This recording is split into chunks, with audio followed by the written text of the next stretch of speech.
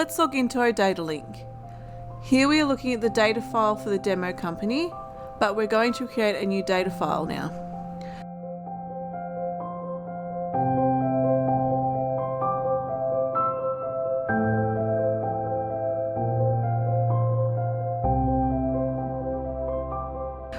We'll go to Models and click on Create Model. Now we're going to create a model called Bell and Whistle. It should give you a little drop down here called Data File Type, and we're going to select Xero Accounting. We're going to use the defaults for now. Next, we can click on Create Model.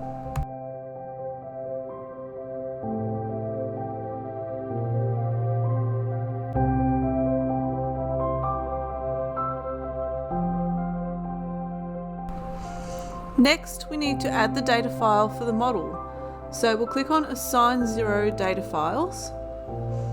We'll add a new data file by clicking on Add Xero Data File. You'll need to log into Xero to create the new connection.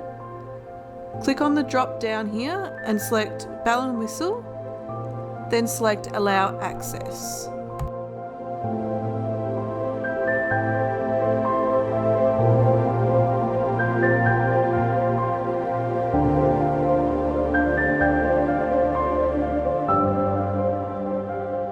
Okay, now we'll tick the box next to Bell and Whistle and then click Add Selected Data Files.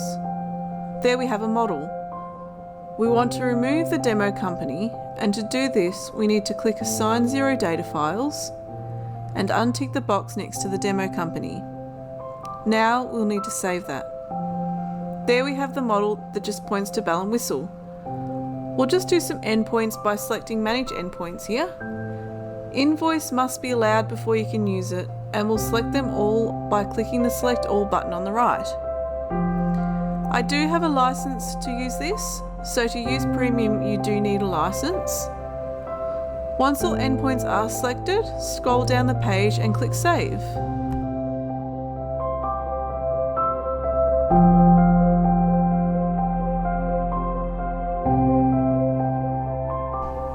Now this has given us a Bell and Whistle OData feed, and this is our connection URL. You can see this by selecting OData feeds on the left hand side here. We also have some IP addresses under the IP addresses tab on the left. This is the cloud address which is created automatically. This is the IP address that you need to get started. And that's about it, that's ready to use. So less than 5 minutes to get set up.